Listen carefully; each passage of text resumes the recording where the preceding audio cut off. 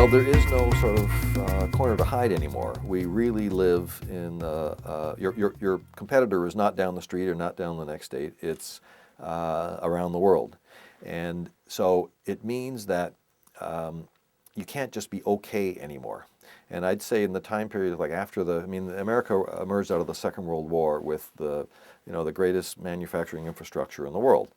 And kind of rode on that wave for maybe 30, 40 years. Today, we no longer have the best manufacturing infrastructure in the world.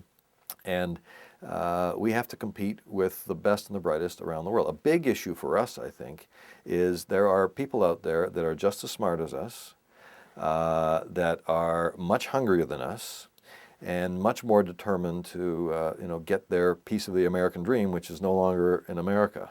And I think there's in the next 10 or 15 years, there's a huge wake-up call for Americans to realize that that they are competing in a global world with people who are every bit as smart and probably a lot hungrier and more dedicated to getting up in the morning and working hard.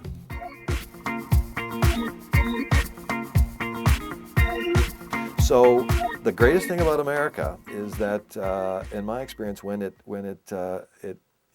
faces a huge sort of seemingly unchallenged,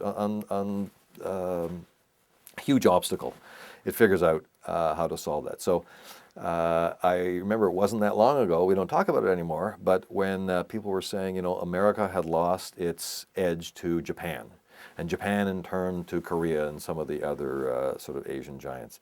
And I think what turned that around is good old sort of American, okay, if it's broken, we can fix it. And just the kind of willingness to take on a challenge head on, and the kind of flexibility in terms of our institutions for doing that as well.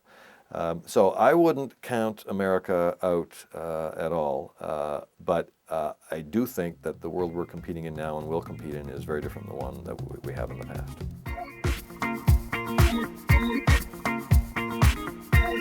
Well, I think those are two countries that we are going to be competing with in a very direct way. Last January, I spent some time in India, and 4 or 5 years ago, there were probably 2 or 3 people in India who were capable of teaching entrepreneurship at the university or graduate school level.